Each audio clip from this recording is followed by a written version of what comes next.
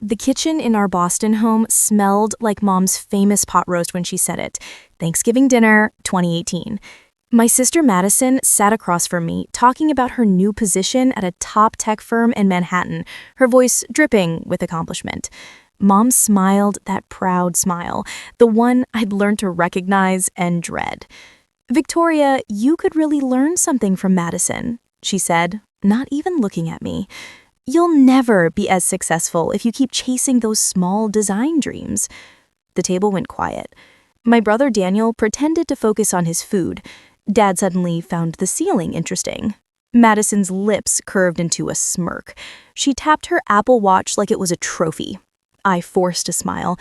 "You're right, Mom. I'll work harder." But inside, something cracked open. Not anger, not shame. Something colder and sharper. A promise to myself. One day, Madison would regret ever underestimating me. The email came the next morning, while I was still in bed. Subject: Madison, business opportunity. Mom had sent my entire sustainable fashion design proposal to my sister. 6 months of work, every sketch, every business model. The message read, "I thought you could use this. Victoria is talented, but she doesn't have the drive you have. Maybe you can actually make something of this." My hands went numb reading it. Madison didn't just get my idea, she got my mother's blessing to use it. When I called Mom that afternoon, she didn't apologize or even seem embarrassed. "Victoria, it's for the family," she said, like that explained everything. "Madison has connections in New York. You know how this works." "No," I said quietly. "I'm the one who did the work. I'm the one who should get the connections." "Well, you don't have them. Madison does." I hung up. That moment taught me something crucial. I couldn't rely on anyone to believe in me, not even the woman who raised me. The Business Magazine article appeared 2 weeks later. Young entrepreneur Madison Hayes revolutionizes sustainable fashion with innovative new line. My designs, my vision, her name. Mom kept the clipping on the refrigerator, showing it to everyone who came over.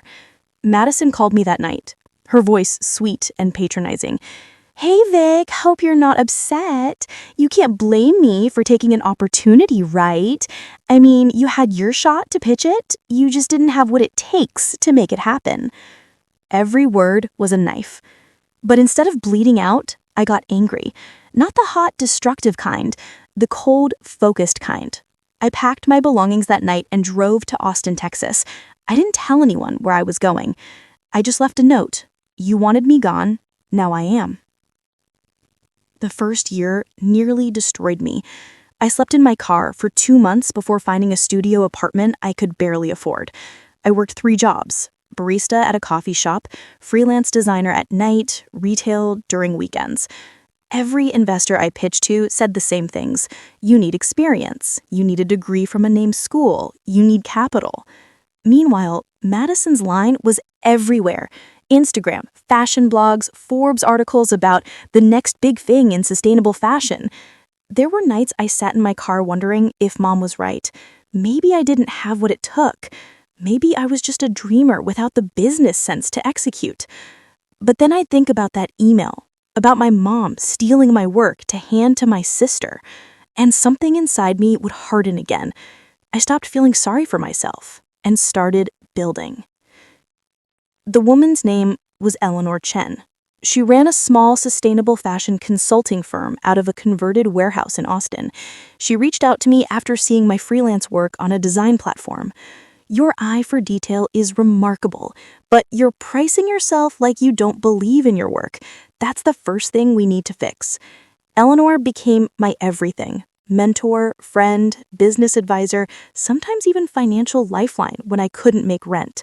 She taught me how to pitch without apology, how to protect my intellectual property, how to build a brand instead of just taking orders.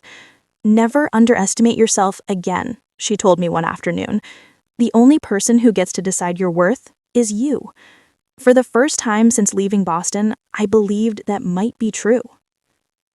3 years after leaving home, I launched my own line, Victoria Designs. Sustainable, beautiful, unapologetically mine.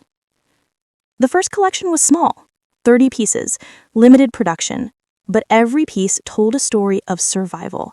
Eleanor helped me get press. A few fashion bloggers noticed, then a small boutique in Austin wanted to stock my pieces. Then another. Then a boutique in Dallas. Meanwhile, I rarely checked social media. I didn't want to see Madison's continued success. I didn't want to know what Mom was bragging about this week. I was too busy building my own empire to care about theirs. 4 years into rebuilding, I got an email from Eleanor. There's an investor who wants to meet you. Serious money, serious potential. You ready for this? The investor's name was Victor Sanchez. He'd built 3 successful fashion brands and was looking to invest in emerging designers with unique vision. I wore my best piece from my collection to that meeting, a dress that represented everything I'd fought for. He studied me for a long moment, then said, "Tell me your story, not the business plan, the real story." So I did. I told him about the stolen designs, the mother who didn't believe me, the sister who took my work, the years of struggling in Austin, Eleanor's mentorship. I told him everything. When I finished, he smiled. That's the story people will connect with, not just the fashion, the journey behind it. He offered to invest $500,000. I almost fainted. With Victor's investment and Eleanor's guidance, Victoria Designs exploded. I opened a flagship store in Austin, then Dallas, then Houston. Fashion magazines started calling me the sustainable fashion visionary. Vogue wanted to feature me. Other investors lined up to get involved. Everything I dreamed about was finally happening. But I still hadn't contacted my family. Not once in 5 years. Then one morning, my phone rang. It was Dad. "Your mother's in the hospital," he said quietly. "Heart attack. She's going to be okay, but she's asking for you." I drove to Boston that night. Mom looked smaller in the hospital bed than I remembered. She cried when she saw me. Real tears that made her look vulnerable in a way I'd never seen. "Victoria," she whispered. "I saw the magazine. I saw everything you built." I sat in the chair beside her bed, unsure what to say.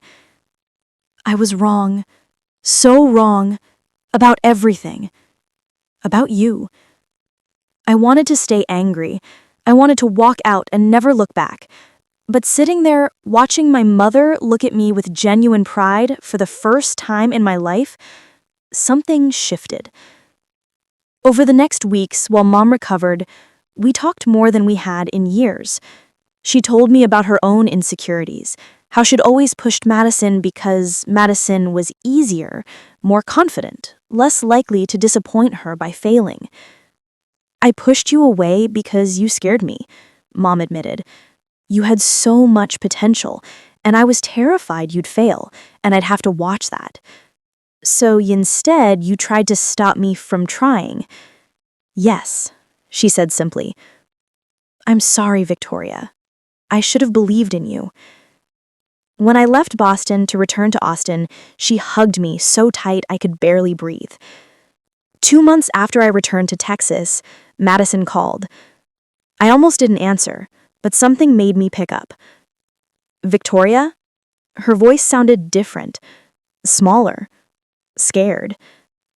"Yes?" I need to talk to you about something. Can we meet?" We met at a coffee shop in Manhattan, neutral territory. Madison looked exhausted, worn down, nothing like the confident woman I remembered. "My business is struggling," she said without preamble. "The market's gotten saturated. People figured out that most of my line isn't actually sustainable. It's just marketed that way. I'm facing lawsuits from investors." I said nothing, just listened. "She saw what you built. Victoria Designs is legitimate. Your work is actually sustainable, not just a brand. People trust you because you earned that trust." She paused, then, "I'm asking if there's any way you could help me. Not as my sister, as a business owner. I could work for you, learn from you, Start over. I stared at her across the table for a long moment. This was the moment I'd imagined for years. Madison asking for help. Madison needing me. I'd always pictured myself saying no, walking away, letting her suffer like she'd made me suffer. But looking at her now, I realized something. Revenge wouldn't taste as sweet as I'd always imagined. Okay, I said.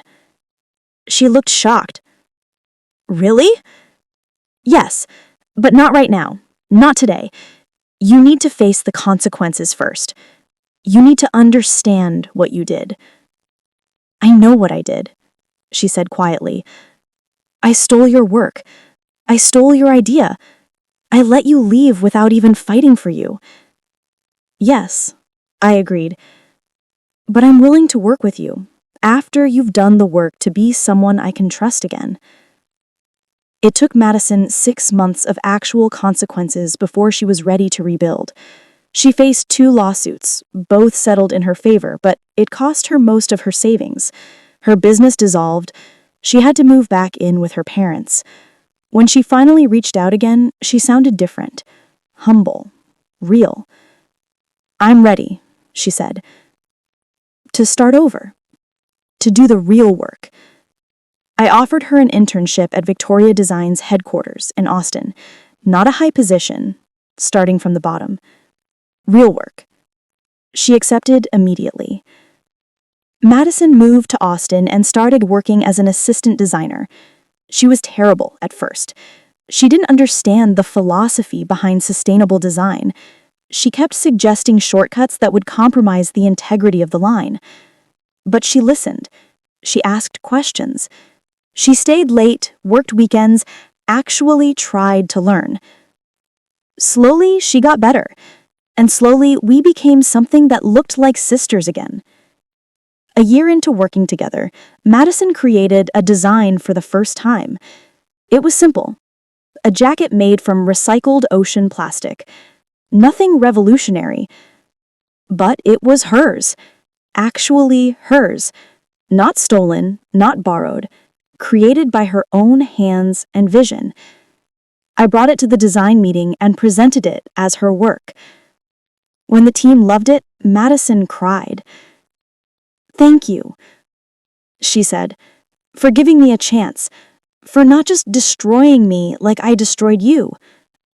You're welcome, I said, but you did the work. You earned this. Mom came to visit Austin for the first time. She walked through the Victoria Design's flagship store like she was walking through a museum of my life. When she saw Madison's design jacket displayed in the window, she stopped.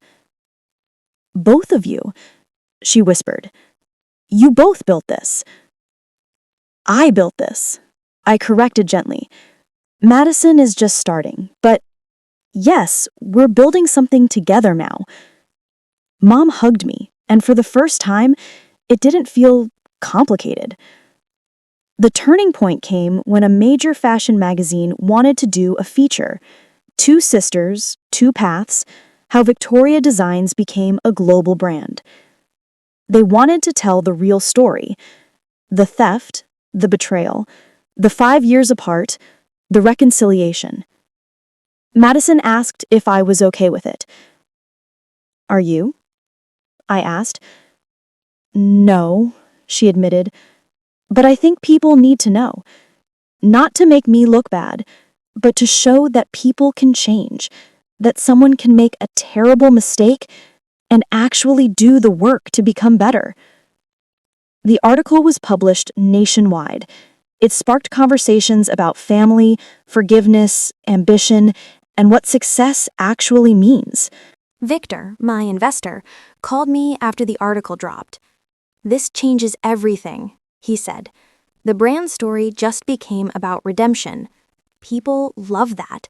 But more importantly, they trust you. Both of you. He offered to expand Victoria Designs internationally. London, Paris, Tokyo. It was the kind of opportunity most designers dream about for their entire careers. I said yes. 5 years after Madison came to work at Victoria Designs, she became head of design, reporting to me, but with real autonomy over her own creative direction. She'd grown into someone I actually respected, not just my sister, not just someone I'd forgiven. A real collaborator, a real artist.